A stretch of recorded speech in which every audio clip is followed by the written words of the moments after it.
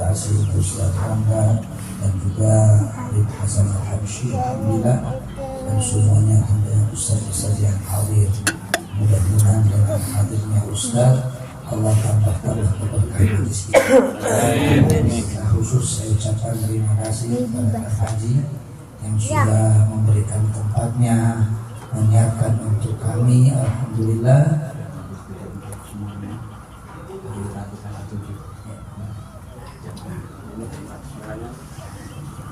Ya, terima kasih kepada Pak Haji yang sudah menyiapkan tempat untuk acara kami, yaitu acara berkah tarim. Mudah-mudahan Pak Haji Aceh oleh Allah tambah keberkahannya. Amin. Anak Tuhan yang saleh dan saleh. Amin. Rumah tangganya barokah. Amin. Barokah. Amin. Kabul. Amin. Mudah-mudahan semuanya jadikan orang-orang yang dicintai Allah Subhanahu wa taala. Dan husnul khatimah. Alhamdulillah rahimakumullah. Dan juga berkah tarim insyaallah hadir juga jemaah kita. Alhamdulillah. Ini katanya insyaallah beliau mau ikut hadirkan kita ini kalau kita ingin bersama-sama dengan kita. Alhamdulillah kita perkumpulan kita insyaallah hanya ingin dengan kumpul-kumpul ini kita ingin lebih cinta kepada Allah dan lebih cinta kepada Rasulullah SAW. Kita tidak punya tujuan-tujuan yang lain. Tujuan kita adalah memperkuat persaudaraan kita untuk sama-sama menuju cinta Allah dan Rasulullah, sehingga kita di akhirat bersama-sama masuk surga Allah Subhanahu wa taala. Hadirin rahimakumullah, seperti biasa ini mungkin tidak ada tambahan jamaah dari tempat sini dari setempat. Ya seperti biasa kami ini setiap malam Jumat membaca zikir, kemudian membaca maulid dan disambung dengan nasihat-nasihat.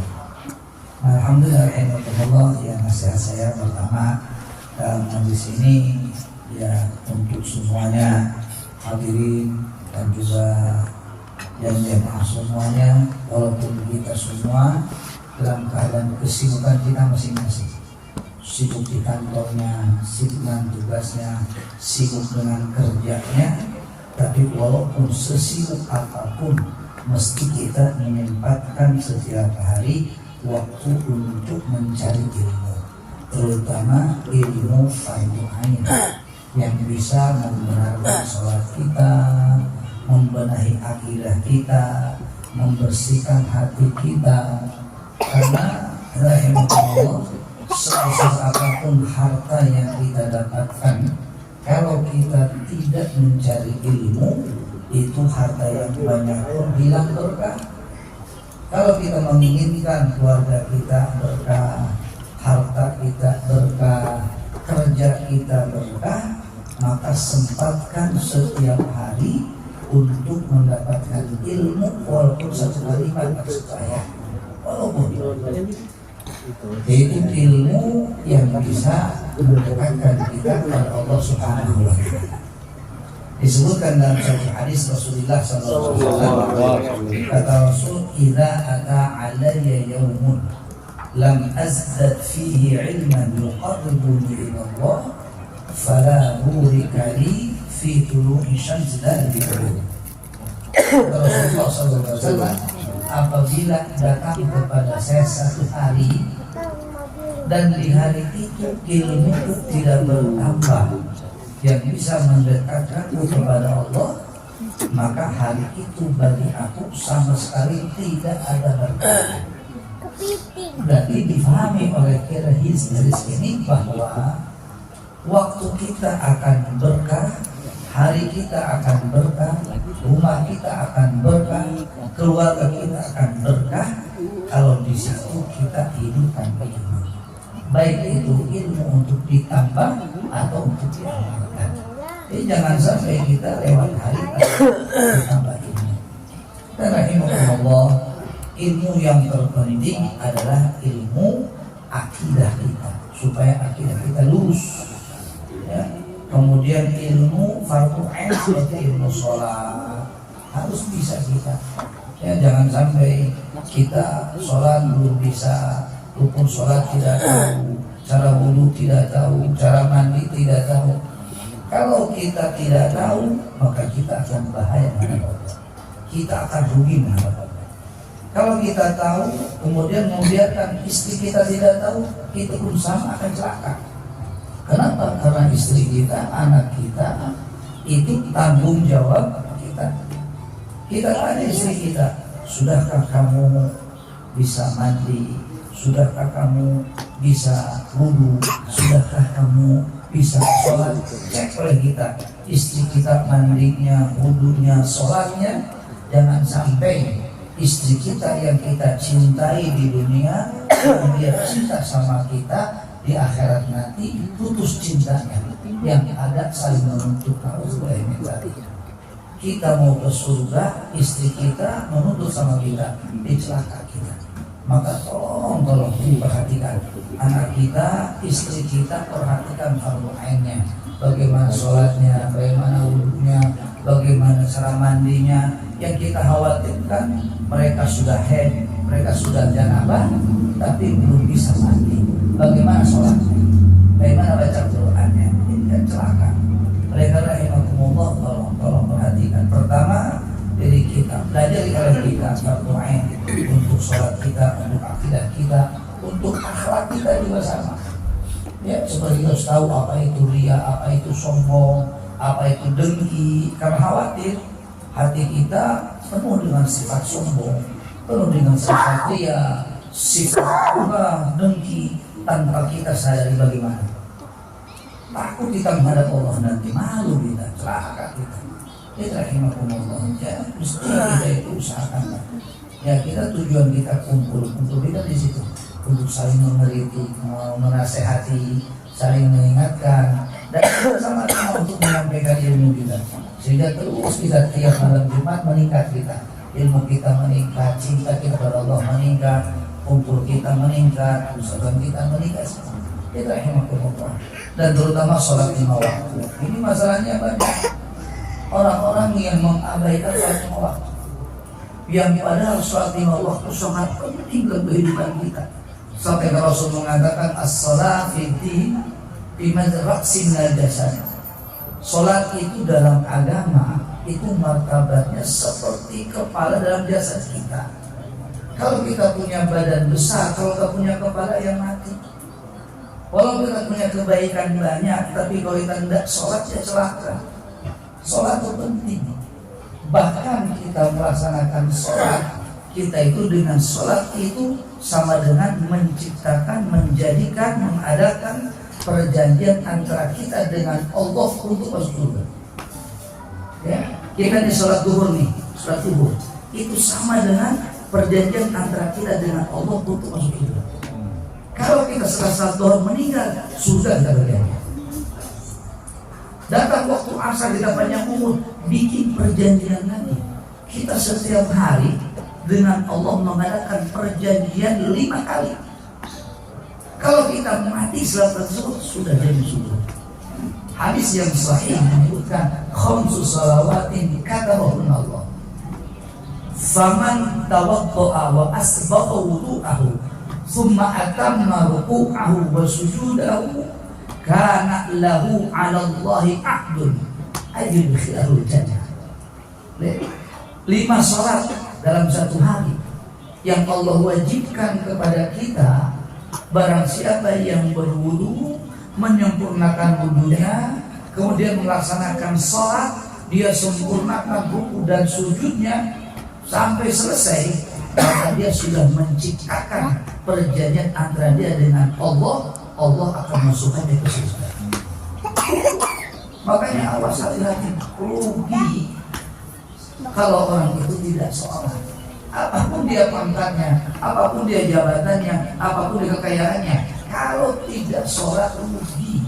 Enteng sholat waktu menit aja, sholat yang benar. Bahkan disebutkan dalam satu hadis yang sahih juga, katanya disebutkan innal mayyit idza wudi'a fi qabri.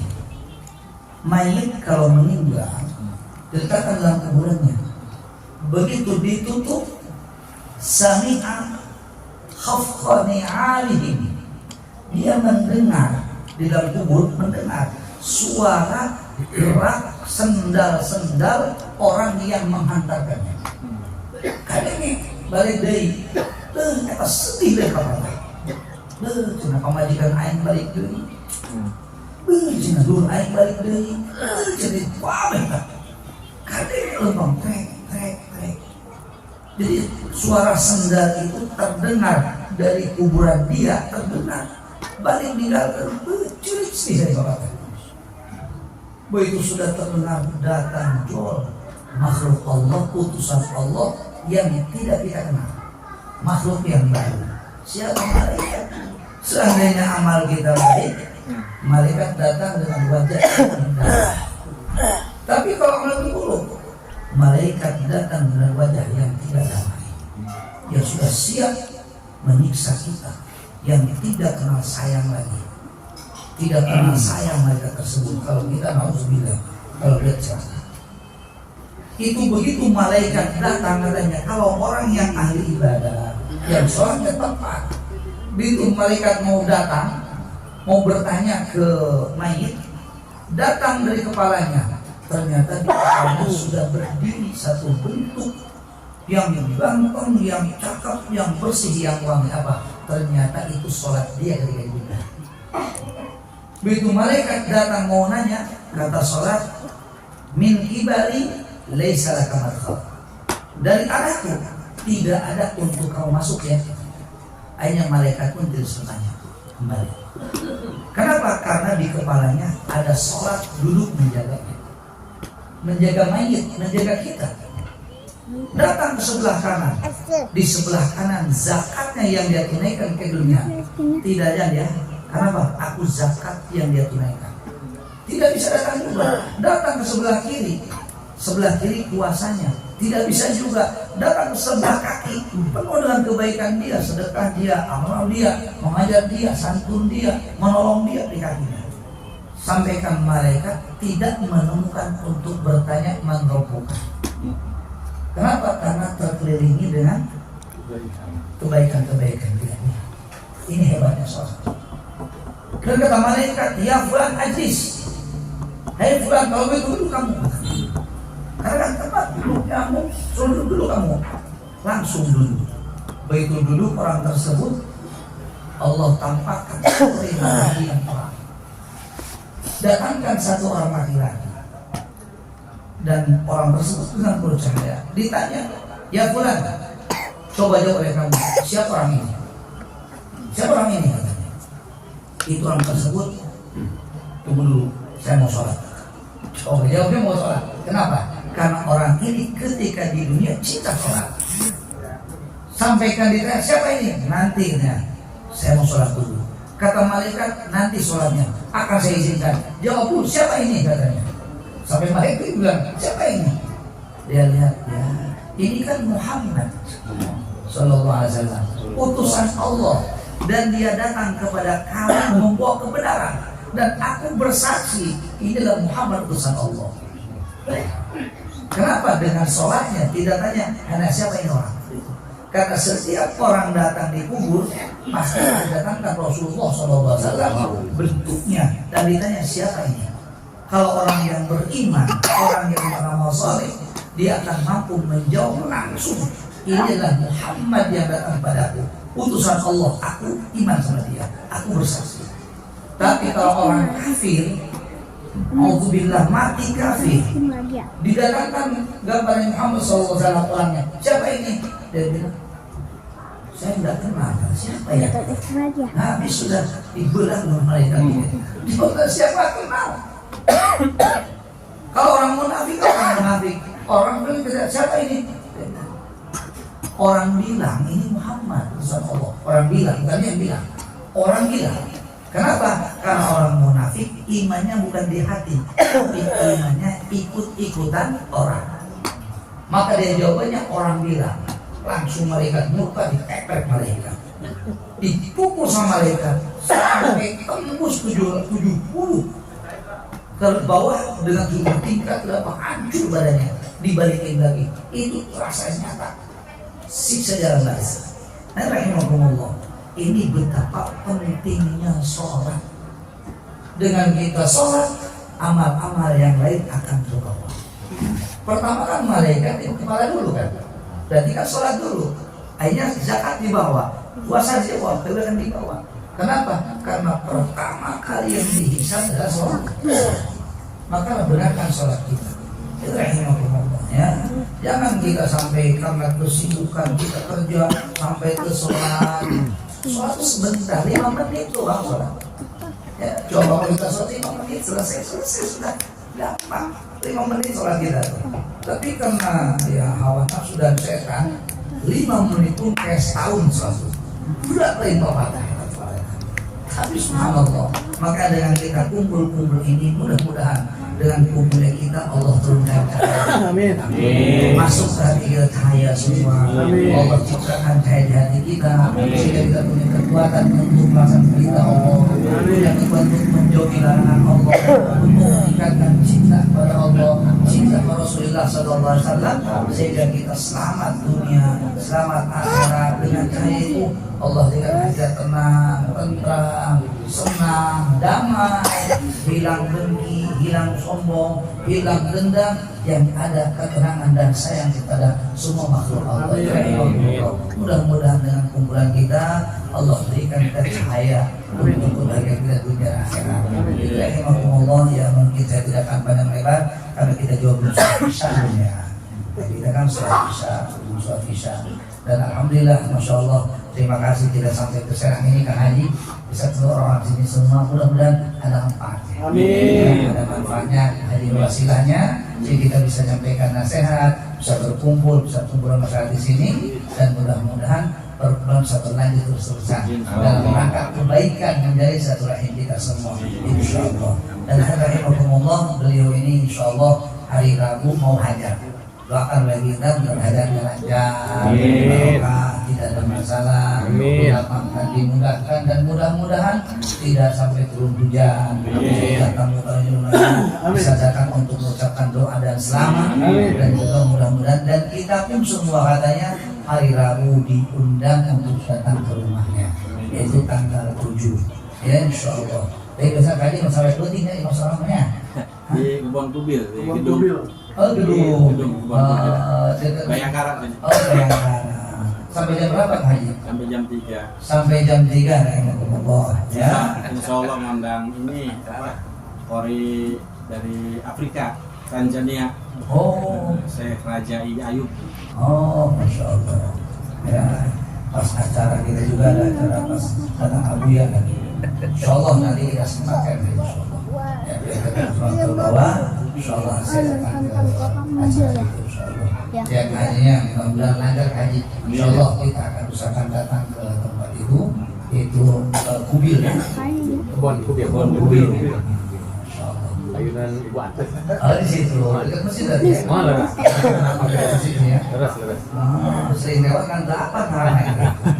Kebon Kubil. Kebon Kubilnya, insya Allah. Mudah-mudahan kayaknya lancar, atau gaji atau semuanya nih.